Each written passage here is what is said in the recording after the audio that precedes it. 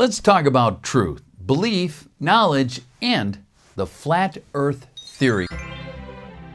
One of the most important aspects of the flat earth theory is that it focuses us to ask ourselves, how do we distinguish what we know to be true from what we simply believe to be true? Some people turn to science for help with this, but real science can never offer us truth.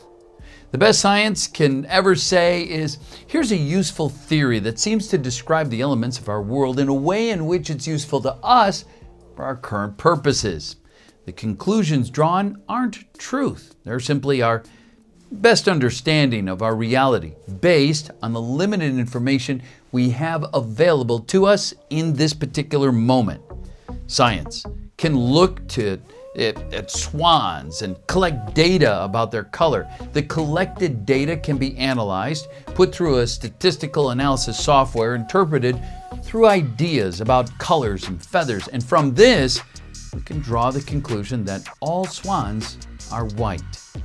We can replicate this study and come to the same conclusion again and again.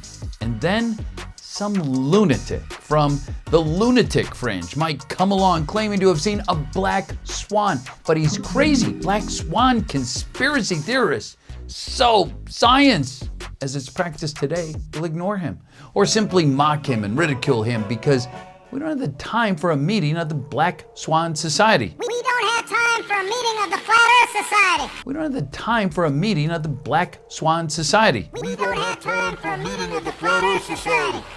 Until someone with influence, prestige, power, and accreditation within the science community steps forward and says, most swans are white, but some are black. The flat earth theory is very much about insisting that science can be done by individual citizens, that our voices are legitimate.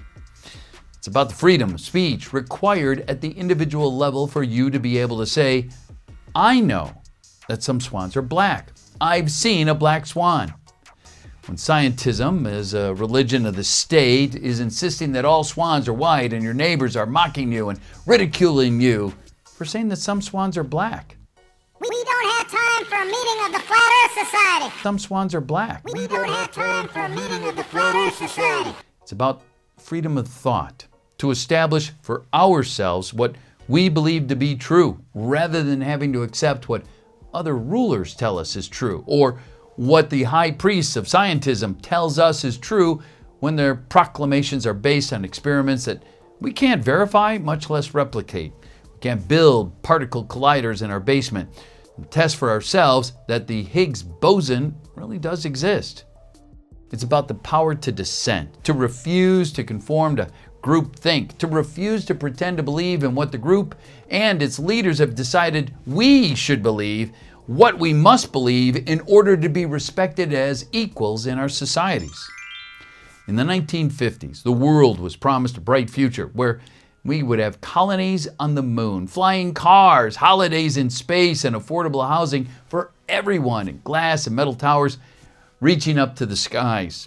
Instead, many people find themselves in a dystopic condition today, drowning in debt from a 30-year mortgage for houses not much improved since the 50s, or tiny apartments in glossy high rises that cost them 50% of their income in rent and no hope of ever owning their home.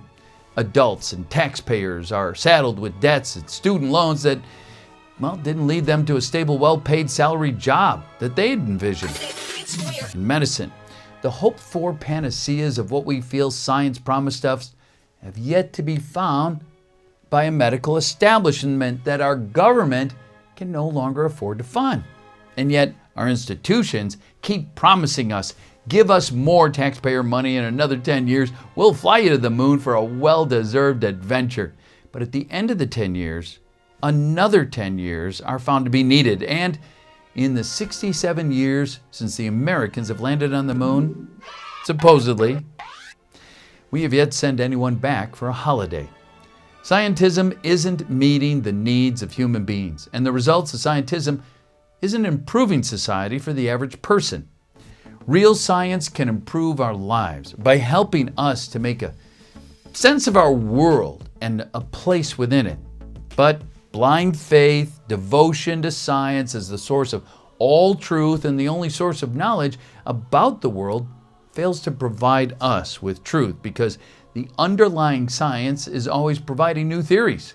Truth is always changing. More importantly, it's failing to provide us with a sense of meaning that makes the suffering of life bearable. Whereas flat earth theory offers us access to deeper meaning, deeper truth. Flat earth is about freedom of speech, freedom of thought, and the freedom to dissent from what our rulers decide to impose upon us as truth for today. So, go research flat earth because freedom matters. But can you do this?